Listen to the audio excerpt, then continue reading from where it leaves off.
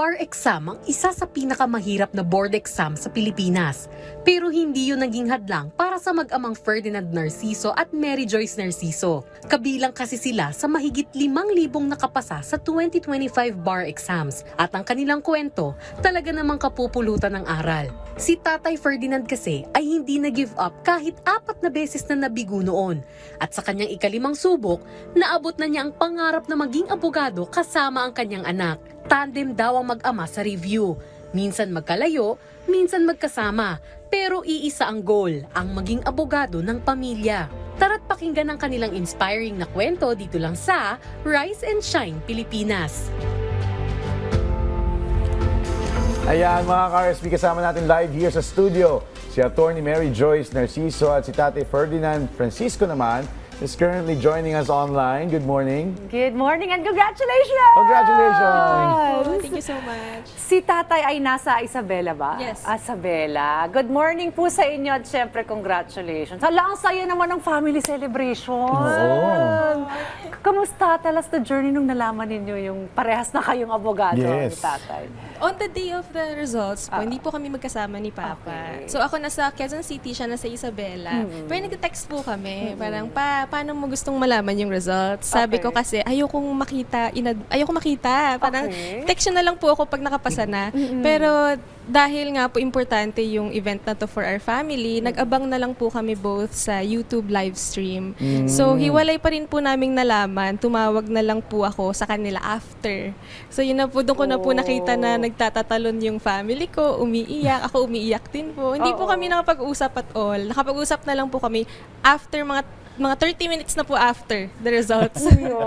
After mag-sink in na nakapasa na kayo. After mag-sync in. So, curious na ako dun. So, habang naghihintay kayo ng result, paano yung anxiety level? I mean, paano nyo hinintay? I mean, gaano kayo, the preparation. Ka-stress. Yeah, ka-stress. Ka-stress, Apo. waiting. Pinaka-stressful for me po yung waiting period. Yun. Kasi ilang months din po yung hinintay namin. Ako po personally, the day before the results came out, nanginginig po yung kamay ko. Doon na po nag-manifest yung physical stress. Kasi before that po, tinatry ko i-block yung anxiety.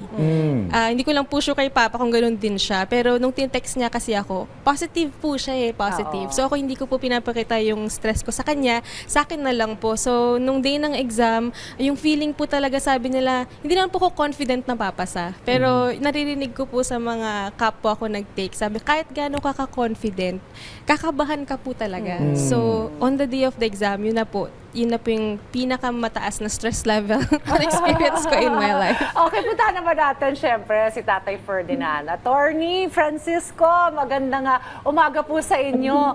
Kamusta po ang inyong pakiramdam at kayo po ay abogado na at kasama pa na naging abogado sa inyong pamilyang inyong anak? Good morning po sa ating lahat.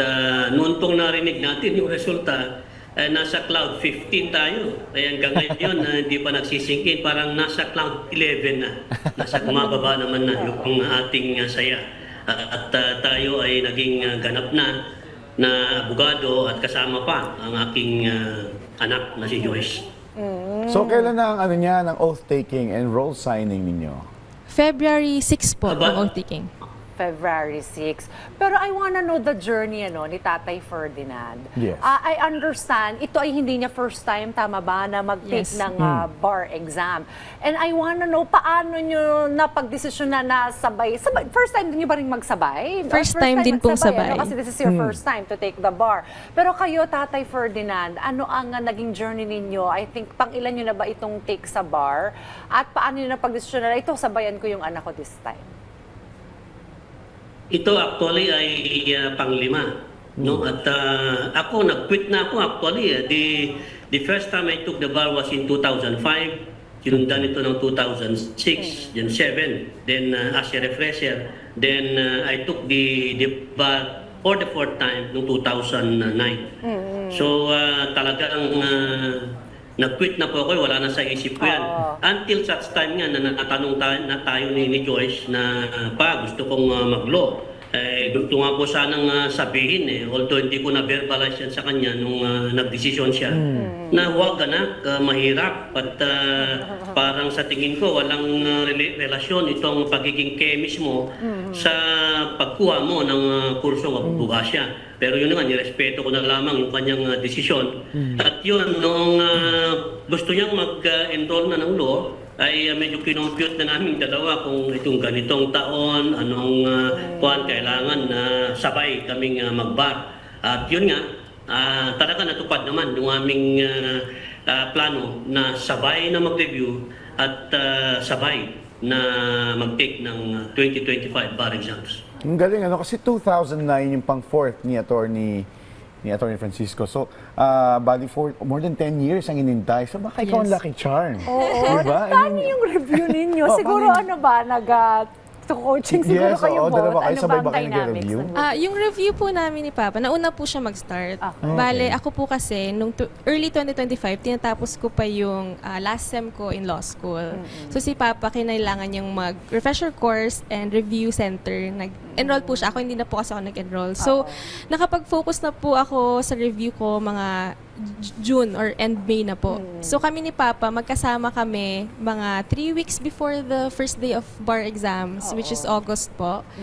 Pero before that, nag-sharean po kami ng materials o kaya may naririnig po kami intel or tips. Nagte-text lang po kami, opa, ito yung magandang material na basahin. Try mong basahin. Tapos nung magkasama na po kami, nagstay po siya with me sa Quezon City.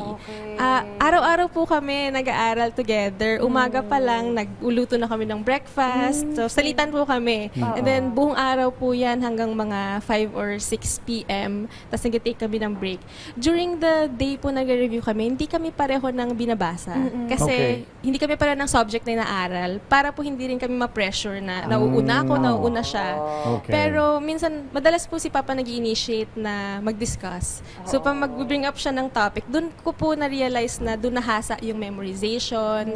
Si Okay. Papa, mas sharp po yung memory niya. Memorize yung mga names ng cases. Ako sabi ko pa, hindi ko na kayang i-memorize yan. Hindi ko na sa-cite yan sa bar exam. So yun po, nakatulong po si Papa sa akin, personally. I think di pa po niya alam to. Siya po yung nag-push sa akin na mag-aral talaga ng mabuti at mag-focus po. So yun po yung journey namin together na nagtitake din kami ng breaks together, nag-exercise, kumakain, lumalabas. Okay. O yun, Attorney Ferdinand, sabi niya, talagang malaking tulong daw ikaw para sa kanya. Pero si Papa naman, ano ang gusto niya sabihin sa iyong bagong abogadong anak na si Attorney Madge? Actually, siya itong naging trigger ko actually. At napakalaking tulong niya. Siya nga yung nagsesekretarya na sa akin sa nagbabayad ng pang-bar. Alam mo na, sa pan naman, teacher tayo at sa Department of Education tayo. Talagang medyo hirap sa puro loan dito, loan dyan. So napakalaki actually ng naging tulong sa atin ng aking anak at pati sa aking naging estilo sa pagbabasa, sa mga materials na aking binabasa. Ito po kasi ay mula sa support system ng UP Portia. UP Portia, kung saan puro kababaihan to. At ako ay kanilang na-adapt. At yun nga, talagang ako yung nakihalo sa isang grupo ng mga kababaihan na bata-bata pa. At ito, makita niyo naman yung edad natin, 57, ay masasabi kong naman, inaral ko at nagtatanong-tanong ako at yun nga, finally, nagbunga yung aking pakikinig sa mga virtual lectures at mga tips na rin at mga case digest na kanilang na-share sa akin. Yun, well, sa kwento mo, I think lucky is not the right word kasi pinaghirapan nyo talaga to. Itong success nito. Well-deserved, Attorney Madge Thank you so much. and Attorney Ferdinand. And thank you so much for sharing your story with us dito sa RSP. Again, congratulations po sa inyo, Attorney Madge. Maraming Attorney salamat. Ferdinand. Congratulations, chemist na lawyer. Si Daddy Galing ba, ano ang naman, kanyang talaga. pre-law? Secondary education, majored English. Ayun, teacher na lawyer, ganyan, Grabe. ano? All the best and congratulations, Attorney! Thank you so much po.